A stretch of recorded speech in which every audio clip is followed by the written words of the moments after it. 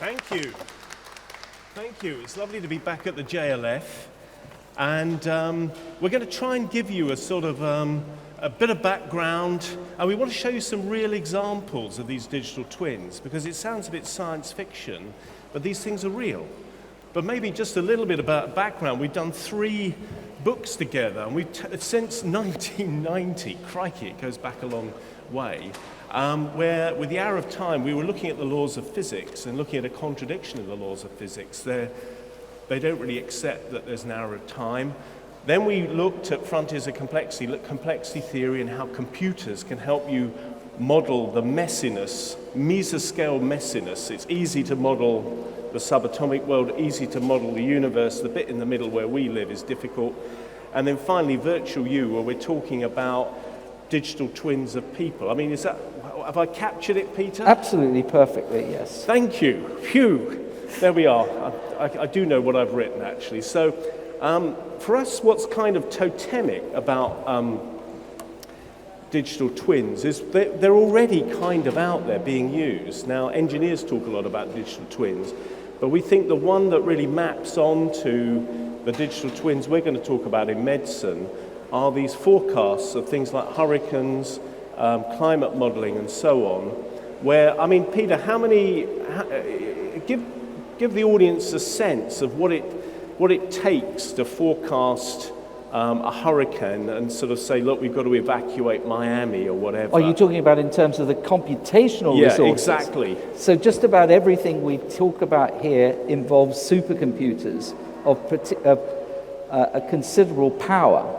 The most performant ones are in the exascale, which means 10 to the 18 floating point numbers per second. So, and there are only a few of those big beasts on the planet. At the moment, only 3 have got that label against them, but all the weather forecasting offices and services in the world that are worth anything will have a very powerful supercomputer, because what they're trying to do is predict the future before it happens, as opposed to retrodict it after the event. And that's what we're trying to do in a case like this. Today, for disaster prediction, it's quite possible to predict from the onset of a hurricane several days ahead where it's going to evolve, where it's going to hit land, what it'll do once it hits land. And obviously these predictions are very powerful because they can avoid deaths and damage to property if they're reliable. They have to be accurate. And the digital twin element that you mentioned is more than just the simulation. In the end, it's actively looking at how the object, in this case it's part of the world, is evolving compared with your own simulation. So we've got basically, to produce these predictions, you've got a computer model which captures the mathematics of the way that the atmosphere works. And that's resting on billions of equations, literally billions of equations.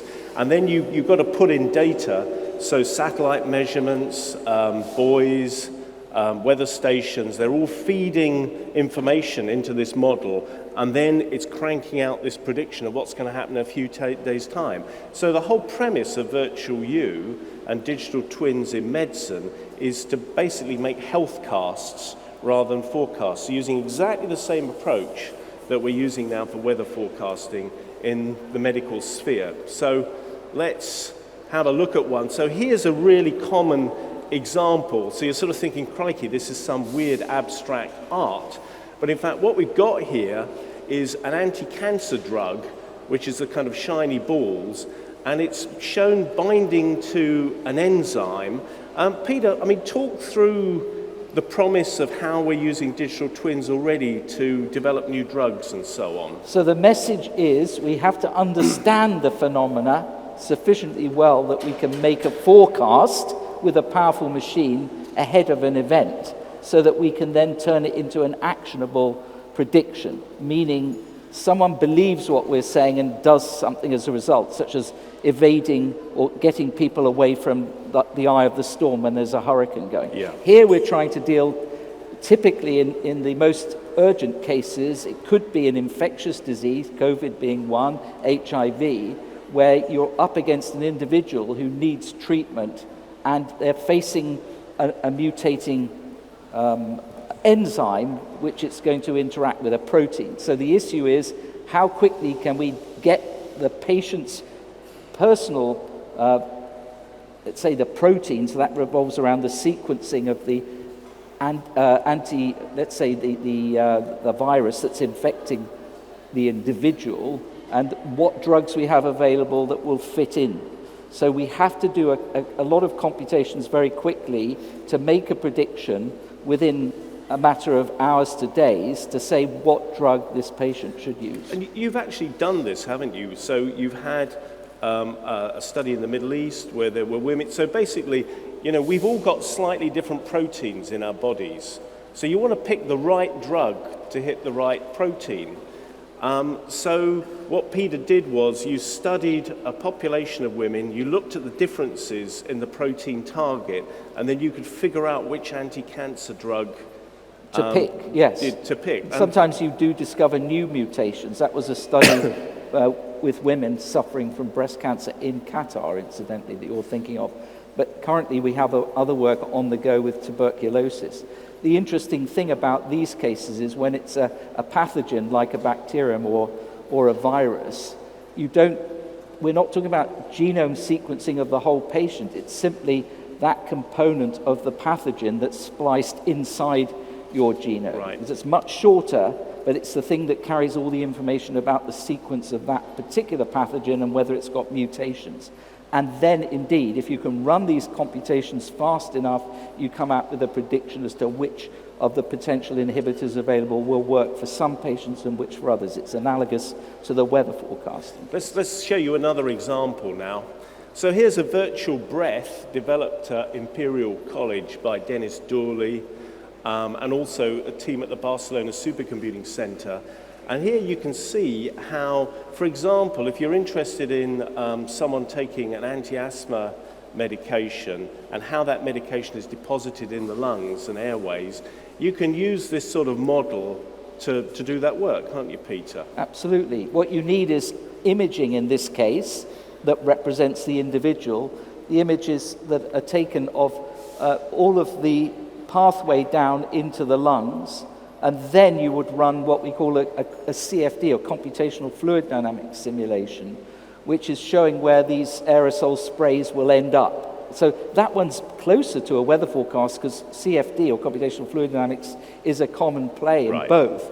But this is a patient-specific case. Now it's the image data of the individual patient against which you run the simulation. But there are even more digital twins of patients out there. So let me give you another one, if I can.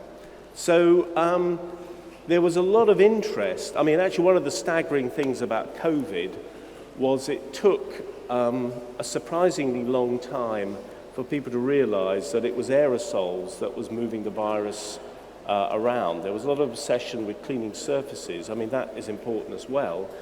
But of course, there were these amazing studies, particularly in actually South Korea, where they could track people's movements using their mobile phones. You could see how someone with COVID in a restaurant infected someone sitting a few tables away because the aircon was taking the aerosol from around their table and maybe moving it further into the restaurant and so on.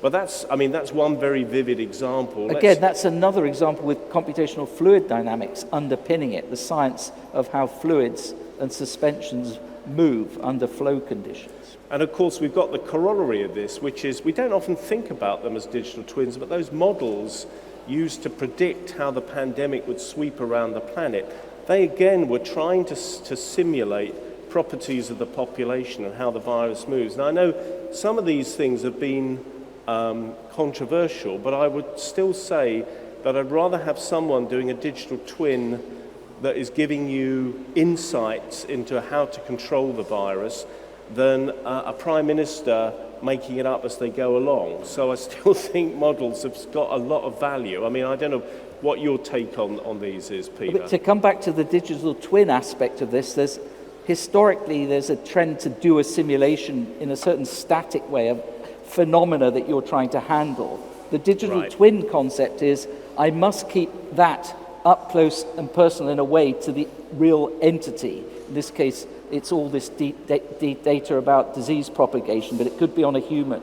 And we need to keep the two things consistent with one another. So that gives you checks on whether your simulations are correct. It gives you more data to correct them, but also the forward-looking nature of the simulations, if they're run fast enough, tells someone who's typically a physician in our case, what to do next. If they have enough faith in what the predictions are, they can take actionable decisions, say, to prevent more deaths occurring. Yeah, and of course it was modelling like this that showed a team at Imperial that actually lockdown seemed the only option in March of 2020 to deal with the virus. Obviously things got much more complicated after that.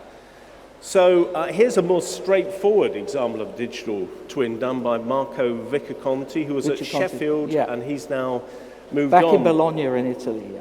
But you can see now how the stresses and strains on hips, you could simulate the forces on an elderly pelvis to look at things like osteoporosis, bone weakening and so on, to try to get a bit of insight there. So this is quite a straightforward use of digital twins. So it's trying to predict the potential of a fracture developing and preventing it from occurring before it does. Exactly. And now here's by Michelle Oyen. This is the uterus and actually looking at caesarean operations. And what's interesting is that, doctors discover by trial and error over many decades the way to do a caesarean. And to put it simply, you can either do a vertical cut or a horizontal cut. And what she found with digital twin modeling was actually you've got a much higher risk of a rupture after the operation if you do a vertical cut than a horizontal cut. So you can sort of get a bit of insight into why surgeons have found horizontal is the best way to go. But equally, if you've got a patient with a particular abnormality, you can use this digital twin model just to check that's the right way to do the operation. So again, a very practical use, isn't it, Peter? And maybe we haven't emphasized yet enough that we're talking about personalized medicine now. Yeah. We're treating each person on the basis of their data. And I know something is lurking around the corner here, because some people might be saying, are you talking about AI? The answer is, no, we're not at all at this moment. We're talking about data for you as an individual being used to predict what's going to happen to you. Artificial intelligence in general isn't doing that. It's taking a huge amount of data on other people and having the temerity to tell you how you will respond. Yeah. And the challenge is to be sure that the statistics of the individual have anything to do with you. And for example, in India, we're not there, but we gave this a discussion like this there. I was in India for the whole of January, and I spent quite a bit of time with one of the leading private healthcare companies there. The concern they have is, and it's quite surprising to many, that the data we have to go on to predict things in other parts of the world than the Western one is Western human clinical trial data, etc. When you understand the incredible heterogeneity, variety of people in the Indian subcontinent, and you think you can make predictions of how they're going to fare based mainly on white Caucasian males, it's a bit of a joke. So we can do a lot better, and this is the way we're trying to advocate. That's why in India they're particularly interested in a digital twin model. And in fact, there's one thing we should sort of stress about the vision behind Virtual You, which is that modern medicine's rather strange in several ways. So your GP never really makes a prediction unless you've got something really severe, like a bullet through the head or something. It's quite hard for them to know how you're going to predict how you're going to react to a drug. I've lost count of the number of times that a doctor has said to me, try this medicine, and if it doesn't work in 3 weeks' time, we'll give you a different one. Well, this approach is trying to actually stop you being experimented on, and actually you should do that experiment on your digital twin.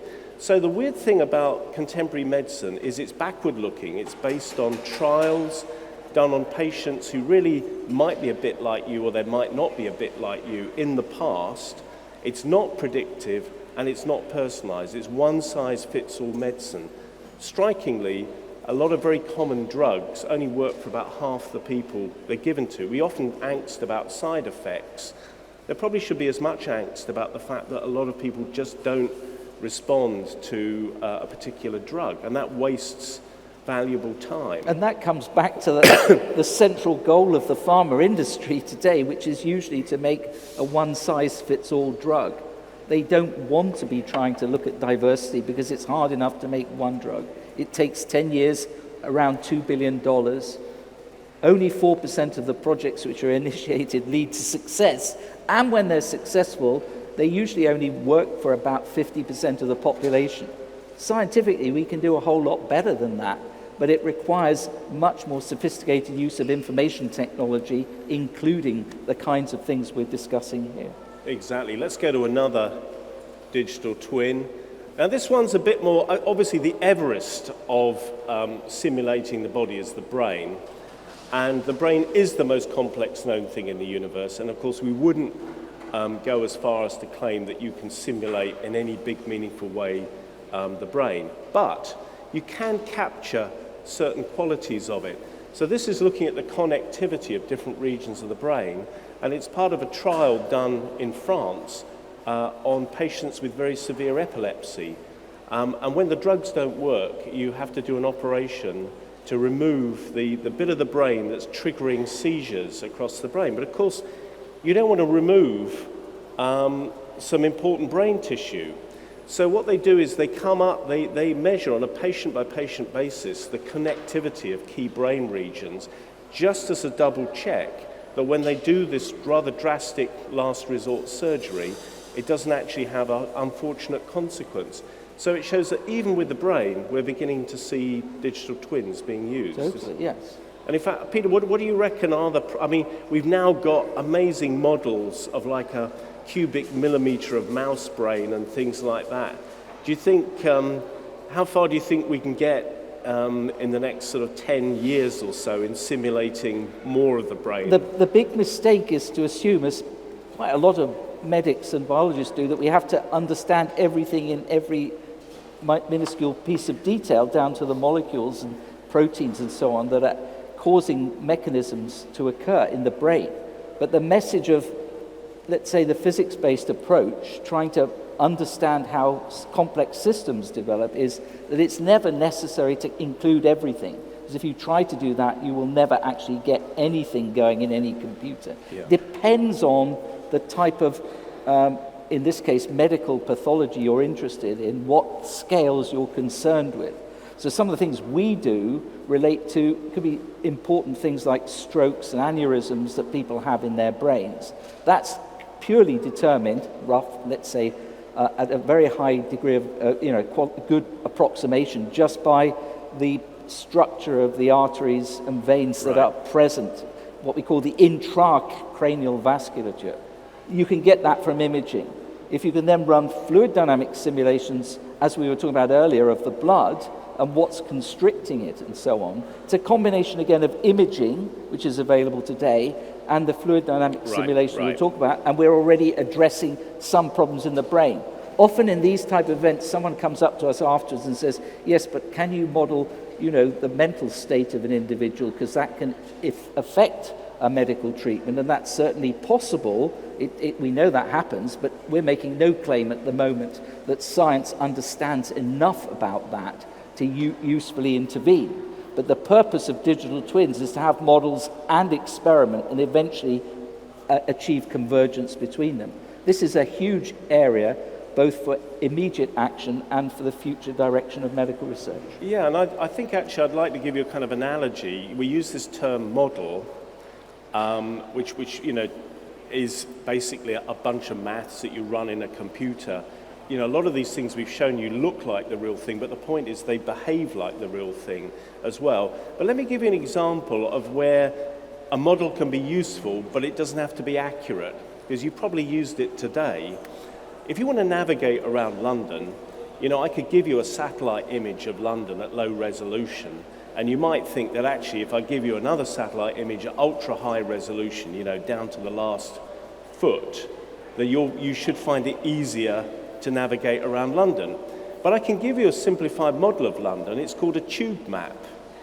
It's not accurate at all, but it's really useful. It actually can pretty much get you from A to B without data overload and so on. So in a similar way, the digital twins, we've shown you some that look like the real thing, that behave like the real thing. Some of them are quite abstract, but rather like the tube map, they can still give you insights into the way the body works. Can I just add in another thing there? Because you said models, a large amount of mathematics that then is put into a computer program. That's coming from the side we tend to have been educated on, which is, the physical sciences, engineering, mathematics. That's what we mean by modeling there. But this is one of the cultural challenges we have with the biologists and medics. If you talk to them about a model, they actually think of an animal, because you mentioned that earlier. A model for the human heart might be a mouse model or a canine model. Before you know what you're talking about, we're at almost cross purposes here. But the message that we're coming to from this is it's certainly leading to the diminution, if not total eradication, of animal experiments, because we don't need those kind of models anymore. We just need increasingly high fidelity information about ourselves as individuals, and the outcomes of those types of simulations are much more reliable than an animal model of oneself. In fact, let's go to a really, for us, the pinnacle of digital twin research is the human heart. And actually, I work at the Science Museum, the day job, and if you go to our engineers gallery, we've got the digital twin heart of Yasmin Aguada Sierra, who actually helped us launch the book in the Science Museum. And Yasmin's really interesting. She's an engineer. She works at the Barcelona Supercomputing Center, and she was the first engineer scientist, I think, to actually model her own heart. And in Barcelona, they've got an off-the-shelf computer model of the heart called Alia Red. In fact, even Dan Brown has popularized Alia Red in some of his pot boilers.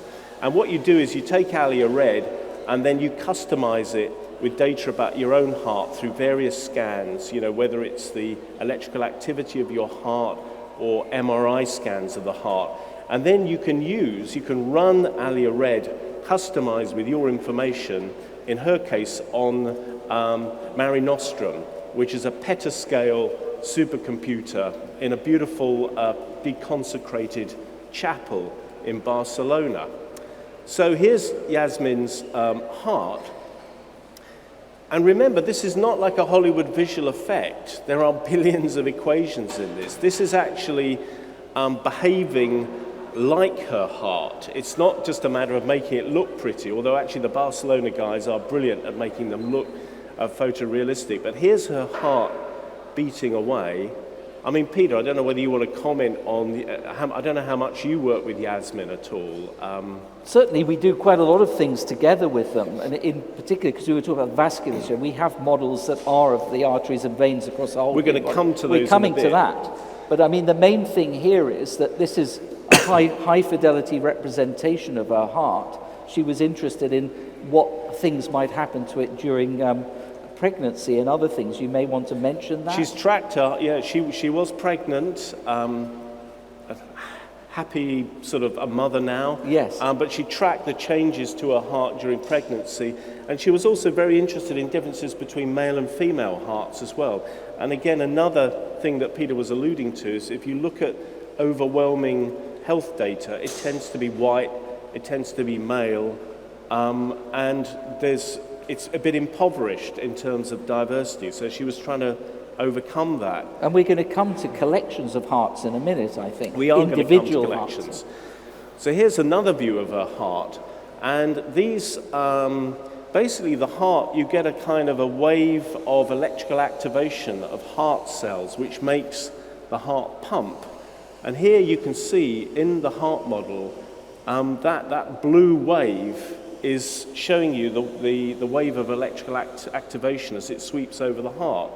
So if you were going to put a pacemaker in that heart, for example, Peter, you could presumably use this to check the ideal place to put the pacemaker. That's what people do in medical device companies. They take advantage already of these personalized simulations to try to build personalized versions of pacemakers and things like that. Because clearly, you know, what we're talking about here is regular rhythms turning into arrhythmias that might lead to what we call fibrillation and the onset of heart This is when the heart looks like a ball of worms almost. Everything is disorganized.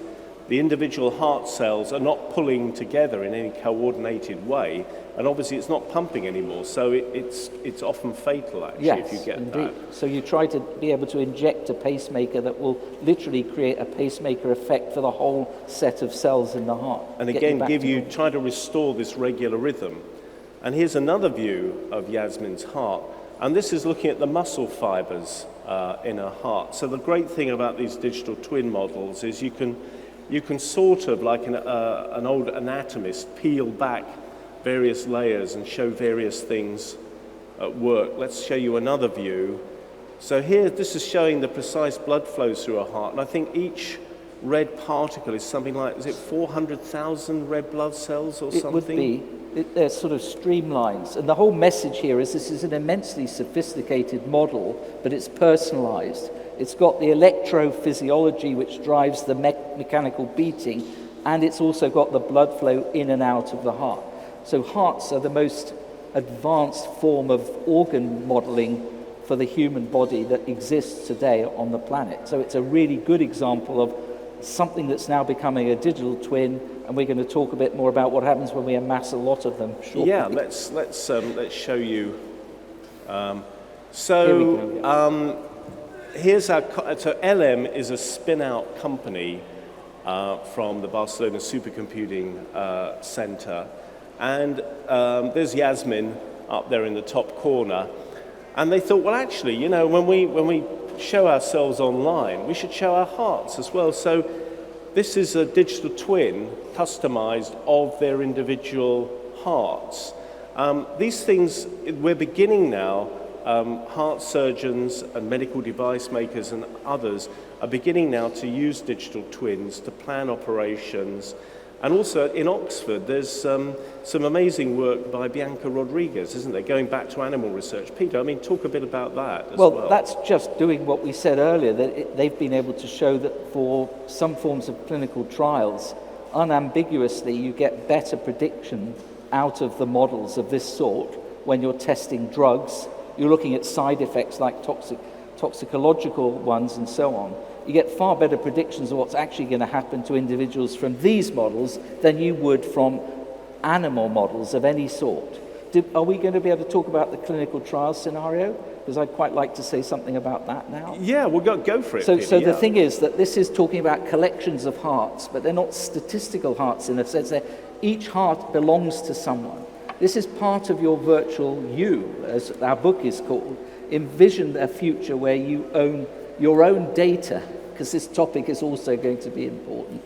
And what it means is that it's built out of your data for your image or your imaging. The model has a particular set of parameters that are those for you.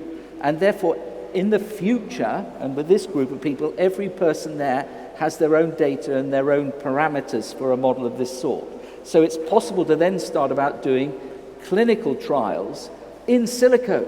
So maybe we've eradicated animals, but now we're going to minimize the risk to you as an individual because we'll do the testing on your heart, virtual heart, rather than your own one. And this is what's becoming a very compelling concept at the moment. In fact, the first time this was done by this team was when Donald Trump was previously in power. And you may remember at one stage when COVID struck, he came up with some very good suggestions. Towards the end, it was that we could take bleach and that would cure the problem. But before that, he suggested a certain set of anti-malarials that were good at this. And then the question becomes, okay, shall we test this guy because he's all-powerful and omnipotent and what he says better go? Are we going to set up a clinical trial to test his ideas? Well, believe it or not, there were 2 clinical trials where possibly a lot of Trump supporters volunteered to undertake the testing of antimalarials. But if you're smart, that's a word that Trump likes a lot, if you're a smart person, you do this in silico. And that's what this team did. They put a clinical trial together with the same sort of numbers of patients, virtual, as the real clinical trials had. And indeed, what's very interesting about that was they were able to have men and women, varying individuals, and the results of the in silico trial were very similar to They had Democratic hearts as well as Republican ones? Yes, all kinds. The statistics that came out of this trial were very similar for the in silico to the real one. And the point that was uncovered there was that you find, some forms of arrhythmias develop. And for men and women, because their hearts are different shapes and sizes, you get characteristically different responses. And sure enough, in the in silico trial, we were seeing those kinds of effects in the two categories, male and female. So that's the sort of thing that people are now taking very seriously. Indeed, if you think about what I was saying earlier about the paucity of the pharma's attempts to develop drugs, where today we know in a post-genomic world we're pretty different, we need more of them. Imagine if you can convolve the testing of your virtual drug with a virtual patient's relevant organs much earlier on in silico, so that you've already gone a long way to check whether these candidate drugs will work in what is traditionally the clinical trial stages, and there are 3 of those in conventional drug discovery.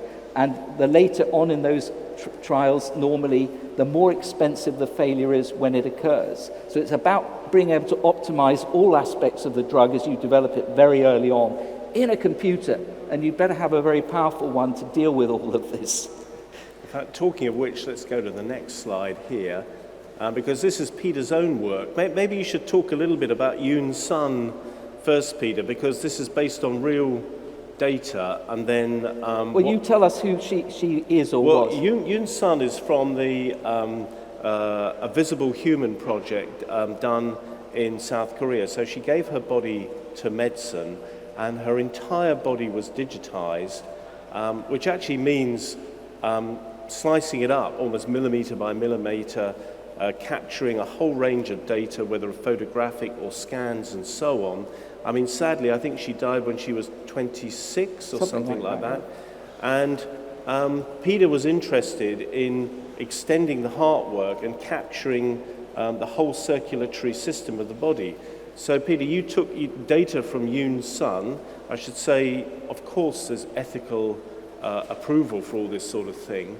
And then in Frontier, which is the first so-called exascale computer on the planet, so it's still the most powerful computer on the planet? No, it's actually number 2 since last November, yeah. Okay, so that's your simulations now. I mean, you could imagine, in the longer run, you can couple a digital circulation to a digital heart, and the kind of things you could do would be to see how a clot moves around the body, or there might be, we always think of there's a thing called blood pressure, but of course it varies during the day and it varies throughout the body, and you can get areas where you've got abnormally high blood pressure. So Peter, tell us a bit more about how this works. This is another one of the organ systems in the human body, and we talked about the heart. Here is the vasculature. It's the arteries and veins and how they're coupled together.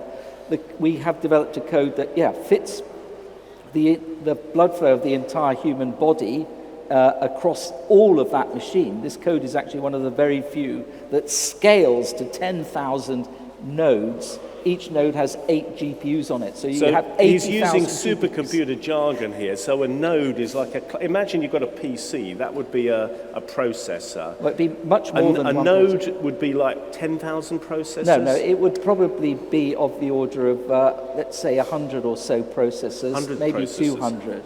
And then it's got 8 GPUs on them, which are themselves many times the power of 100 CPUs, the processors you were referring to. So this is an incredibly powerful... now. So GPUs, they're like, that you often hear them talked about with AI, but actually they're central to these great behemoths, these computational behemoths. So you can run the thing very quickly. But the main point to make here is just that we're building up these very accurate models, patient-specific models of different organs, like this, the heart, there's the lungs, there's the liver and other things. In different areas of the world, people are specialized in those. What we're trying to do is ensure they can interoperate with one another. And the vehicle by which they interoperate most is actually the vasculature that connects lots of this stuff together. In the fullness of time, we expect to be able to bring all of these things together on an individual basis. And at the moment, as you hinted, we do have the first stages of coupling the Alia heart model to the vasculature that's already been submitted for publication, from which we can then look at the cardiovasculature, which is incredibly important for disease and so on. And it's beginning to point at things that Western medicine normally doesn't do. Because Western medicine likes to break everything down into small parts and analyze the death out of those. But there's another side to the way we exist, and that's a more holistic one. Starts to sound spiritual, and you probably realize that perfect for the Jaipur Literature Festival. Yes, exactly. For these traditional medicines, there are things that do work there that people are not really sure about, but they're likely to be the result of interactions between different organ systems and crosstalk. We're only going to get to understand that when we have these more holistic models. I think we'll take some questions in a few minutes. We just got two kind of general points to deal with. People always say, you know, what about AI? And Peter's already alluded to the fact you tend to train an AI on population data. So you're getting a one-size-fits-all medicine out of an AI model.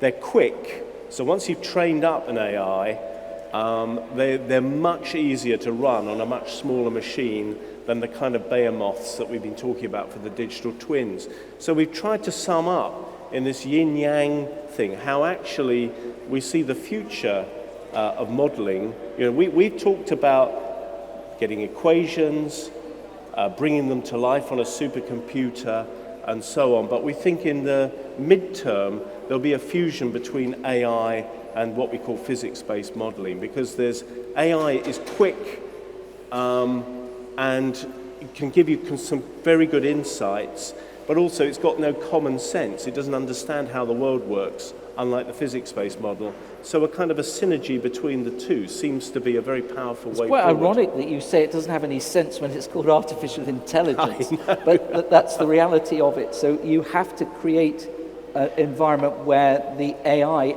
has been conditioned to understand the laws of nature, for example, or it does things which we're all conversant with now, so-called hallucinations and just making mistakes because it goes off on tangents. But in general, we'd expect the convergence of these two. And indeed, in the weather forecasting area today, a lot of that is starting to happen because it can help you accelerate some of the calculations and get your answers into this actionable time frame. You have to be able to predict tomorrow's weather today. There's no use in me telling you tomorrow's weather in 3 weeks' time because it's of no interest to anyone. In fact, I was at the Met Office a couple of weeks ago. They've now got a cloud-based supercomputer with AI. They've got something called FastNet. And the things they're playing around with, you know, with their latest supercomputer, they hope to give quite decent classical forecasts in 2 weeks' time. But with an AI module, you might have an app on your phone in a year or two where the app will say, you know, where you're standing, it's going to rain in 5 minutes. So the AI will take the physics-based model and extrapolate on a very hyper-local level what the weather might mean for you. So just think, no more leaving washing out in the rain and things like that. It's going to be revolutionary. But the idea that AI will completely replace... the other thing about AI that people don't realize is if you look under the bonnet of an AI model, there are sometimes, 1 trillion parameters, maybe millions. You don't get any what we call mechanistic insights. It gives you an answer, but you don't really understand how it got that answer. I mean, they're working on it at the moment, but it is a severe weakness generally of AI. that's the case, yes. So that's one general thing. And then the last general thing, and then we'd love to get some questions from you, is of course there are ethical consequences of digital twins.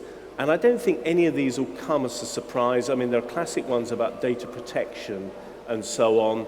There are classical ones about only the rich can afford to get access to digital twins. We've said there are big pluses in terms of maybe avoiding animal experiments and so on.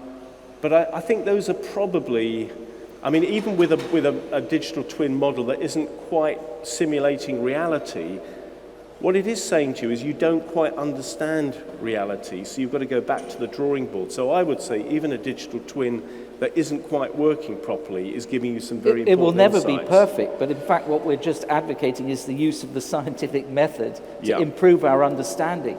But I would say the important thing about a personalized medicine, and I haven't used the word, but I'm foolish for not doing so in the Jaipur Literature Festival, that your own avatar is something that you should own yourself. Because one of the questions is, who's got control of this data? And it's very well known that today it might be held in a set of hospitals up and down the country, or even, heaven forbid, across multiple countries. Even worse, the big tech companies have a tendency to want to hoover this stuff up, and then you don't know what's going to happen. We're not talking about that here. I mean, you have your own avatar. You have your own access to it, just like you control your own bank account. If you're satisfied with the security on your bank account, I bet you'd be satisfied with that security operating on your avatar. For the most part, you'd rather not lose your money than someone see some part of the data in your avatar, but you can debate that. So the main thing is you control it, and then if you want to participate in an in silico trial, you agree to produce some part of what you've got and into that clinical trial. It's not controlled by other people. So it does open a lot of interesting opportunities into the future, I think. And in fact, it might make us redefine what we mean by feeling healthy, for example, because, in a not too distant future, I can see where you might not create not just one digital twin of yourself, but maybe thousands of digital twins, each experiencing life in a different way, different exercise regimes, different drug regimes, different diet regimes. So you can work out from this population of evolving digital twins what's the best way for you to live. But it's got an interesting corollary, which is that, to give you a crude and semi-realistic example, your digital twin might say, hey, Roger, you look fine, but that 3 bottle of claret a night habit that you've got is going to knock 10 years off your life. So you might feel fine, you might look fine, but actually when you look into your possible futures with digital twins, you might find that actually you're leading quite an unhealthy lifestyle. But we should add that you don't have to do any of this if you don't want to know, and that's already an issue in medicine. Some people don't want to be told some things which we know are going to happen to them if they have certain types of Huntington's genes. disease and things like so that. It's already an issue. So I think there'll be some, people are always anxious about new technologies being rolled out, and I think like any new technology, it's a double-edged sword. You can do good things with it, you can do bad things with it, but the key thing about this is it's personalized, and that's the thing we want to keep on. It's personalized and predictive, and if there's one thing we would love to see in medicine in 10 or 20 years' time, it is that medicine becomes personalized and predictive and not one size fits all and reactive as it is at the moment. And I think that might be a good time to take some, just see how many, we've got 15 minutes. Is anyone itching to ask a question? I can see a gentleman running for the door over there. Well, I didn't mean it. Okay, one question down here. Hi, thank you very much for that very interesting discussion. I'd heard of personalised medicine in terms of genomics and drug response to drugs, but I hadn't heard of this in terms of the digital twin. So I wanted to ask you a question about the model you showed, the physical model of risk to bone injury, risk of fractures. So I didn't really understand how it can be predictive. I mean, more than bone densitometry, for instance, in real time now, it gives you an idea of your risk of fracture. But how can it be predictive, and what data do you input, in the sense that we know that South Asians have increased osteopenia, for instance, compared to African bones, or so how do you include that diversity of data? How do you predict the future risk of fracture? Is it with things like your mobility, your exercise, as well as your bone structure? I just want to know a little bit more about that model, please. This is really very much an engineering endeavour, and you mentioned, for example, Marco Vicciconti and others at Sheffield, who are heavily into what they call neuromuscular skeletal research. It's really applied mechanical engineering of a sort. And it uses a lot of information on the structure of the bones, which are actually pretty complicated in detail. There's a multi-scale element to this. And in the end, if you're talking about a fracture, to understand fracture of any material, it's never enough to just look at the thing macroscopically. We understand that fractures usually occur because a chemical bond breaks.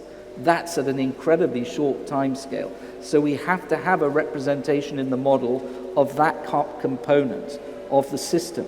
And then we need to know something about the regime, mechanical regime that it's subjected to, and we will benefit from having imaging data on the patient at all times.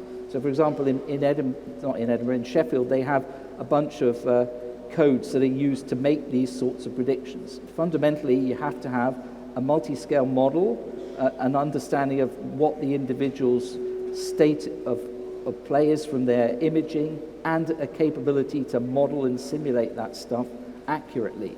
But at a certain level, that's generic to all the types of virtual human and digital twins we're working with. You have to have a good data set for the individual and a good predictive model.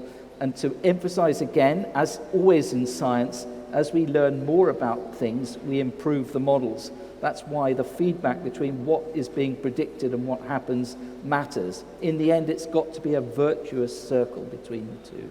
And I suppose, just to give you another take on that, if you do take several measurements of bone density for an individual of a certain height and certain weight, you'd hope that with this sort of model, you could predict that maybe in 6 months' time, they're in danger of crisis unless there's some action is taken. Yeah. Another question, please, or at the front here. Hang on for the microphone so we can... I work in the biopharma industry, and there's a lot of conversation around the replacement of animal studies. So where do you think we are now, and what are your thoughts for what's around the corner? I think the FDA as well are looking at maybe looking at alternative studies to animal studies as well. Do you think it's realistic that digital twinning of animals would allow us to eliminate animal studies and maybe get a faster pathway to a drug approval? Yeah, I mean, as you say, if you work in the pharma industry, you're hidebound by regulations, and bodies like the FDA dictate what we can do. Fortunately, they have traditionally been the most advanced in terms of thinking about in silico methodology. So they have already got regulations that you have to conform with if you're going to use an in silico model to make predictions.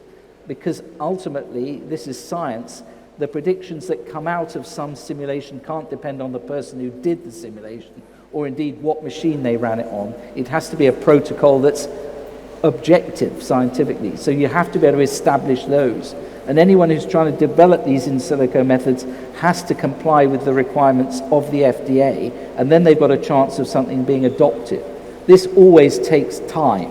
And then there's this inertia about the biologists and their understanding what a model is versus what I usually think a model is, and that they have to begin to gain confidence that models that are usually the talk that are dealt with in the physical sciences and engineering do have a certified reliability to them. So this brings a lot of things into bear, like the cultural and educational components. And people will drag their feet to an extent, always say, well, I must test this on some other entity than a human. You see what we're saying here, the entity can be a virtual version of you. And there are indications and examples now where that already is established. The virtual version of you having a simulation done on it is more reliable than the animals that people have been using. But this is going to depend on which disease case you're in and which industry. You can see here we're jumping between the molecular end, which touches on genomics on the one hand, but the models with the heart and the organ systems, to a first approximation, pay no attention to genomics at all. They're dealing with other types of data completely. And in the fullness of time, all of these things do have to come together, because a molecular, we were talking about earlier, a molecular, let's say a new molecule contender that might seem to do a good action on a given target protein may end up having these negative effects on the heart. arrhythmias and so on, which are not noticed initially. But if you bring these things together in silico, you start seeing the fact that that might not be a good drug to work with. You see that much earlier. So all of this, I believe, must be pursued quite vigorously. Do you see? And then we start recognizing collectively it's no point in doing these animal trials because they're not giving us the information we thought they would. So let's take another question just over the back there. So the key thing to take home is regulators are accepting digital twins and there are spin-out companies developing them. So it's not pie-in-the-sky sci-fi. Let's have the question. Hi, thank you so much for your talk. It was really interesting to see the models that you showed. I'm a public health student and I'm quite interested in the access that we all have to healthcare. So my question, I guess, is do you see these models being used for every patient? So we would maybe go into a GP and have our medication tested on our digital twin before it's prescribed to us. And I guess my second part to that would be, would there be a disparity in terms of if people could afford it, they were more likely to be able to have access to this? Thank you. Maybe Peter, because I think his experience in India just recently, I think is really But I think revealing, before going to actually. India, the issue is, I mean, I've attended 2 or 3 meetings at the Royal Society of Medicine which are about inequalities due to digital health, and you're sort of alluding to those there, in the NHS in the UK, because the NHS is supposed to be free for everyone at the point of demand and requirement. But of course, to get onto the digital health, you need to have a mobile phone for a start, and you need to potentially access a computer in order to even find out what the services are. And there's something like of the order of between 15 and 20% of the population in this country that don't have access to mobile phones, and they don't know what their rights are. So they're already at a disadvantage. But that's what you're getting to. The amazing thing about India is that in India, everybody has a mobile phone. Everybody, by design. This is the most populous country in the world, and everyone has a mobile phone. So you're, in India, at a much better state, potentially, to implement this stuff. Because without a mobile phone, you can't even find out what your rights are. If you have one, then you start to be able to interact with the system very easily. And do you remember I was talking about you have your avatar there, you can access it through a mobile phone. If you don't have that, you're at a disadvantage. So that's what I'm saying is a good thing about having access to mobile phones. Ironically, if you like, India is in a much more interesting position than the UK in that respect. I think the UK, was it 15% of the population doesn't have a mobile or something? Something like that, which is rather startling. I think we've got time for maybe 2 more questions. Anyone else want to push us about? There's a lot of people who've come in who haven't heard the talk, probably thinking, what on earth are these guys rambling on about? We're talking about making digital copies of you and using it to develop personalized and predictive medicine. Look, here we are, brave soul over here is going to ask a question. Maybe we'll make this the final question, so it better be a good one, okay? No pressure. No pressure, okay.